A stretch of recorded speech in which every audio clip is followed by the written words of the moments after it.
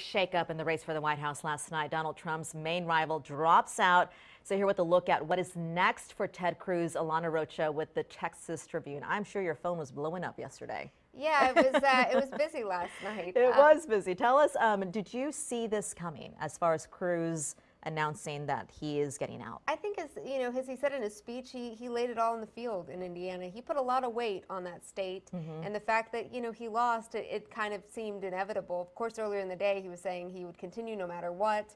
You can't kind of take that confidence away from voters as they're still heading to the polls. Right. But I think when he saw a decisive loss, he has a political future or wants to have a political future, and so he didn't want to stay in. His only path forward is stop Trump and then, not unite the party early enough to maybe beat Hillary or whoever the Democratic nominee is. We were just talking about that during the break. I was asking you, how old is he? Because he's still young in his career to continue on. But what would be the future for Cruz? What happens next for him? Well, he's 45, so yes, he's a young guy. And immediate future, you saw him walk off the stage kind of stiff. Yes. He gets a few days to decompress. The Senate's currently on a break, so he'll go back to the hostile work environment that is the Senate, where he's one of 100 and, really an outlier there. Mitch McConnell, the Senate Majority Leader, utterly despises him. So the fact that he'll get a lot done in his 2.5 years that remain in his term, not likely. We can expect him to run again in 2018 and then again for president, likely. There would be some people who would argue that Cruz did exactly what his constituents asked him to do when they elected him, that he shook things up. In Congress. He didn't go to get along. He didn't go to get along. Did that hurt him in the end?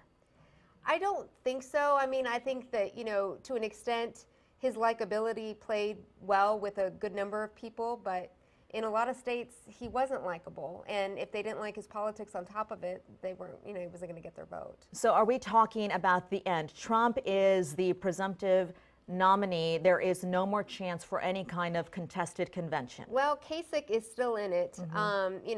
The chances of him pulling that many delegates away from Trump are unlikely, but an average of polls I was looking at just before I came shows Kasich beating Clinton in November, whereas Trump does not, and Cruz gets a little closer but still doesn't beat her. So I mean, that's what Kasich is campaigning on, and if in the event that Trump doesn't get to the magic 1237 delegates, he'll be there. Okay, so if he can get to the delegates, I guess the question now is, can he get the rest of the party to rally behind him? Well, it'll be a good measure next week, in Dallas with the state GOP convention. We'll get a pulse here in Texas how GOP voters here are thinking about it. A poll in March showed only a quarter would support Trump. So you have large metropolitan areas like Houston, Austin, Dallas, that are Democratic strongholds. So are they going to go for Hillary and everybody else stay home? Who knows? Big question mark. Alana, thank you for that. Sure. We'll wait till next week to see what happens over in Dallas.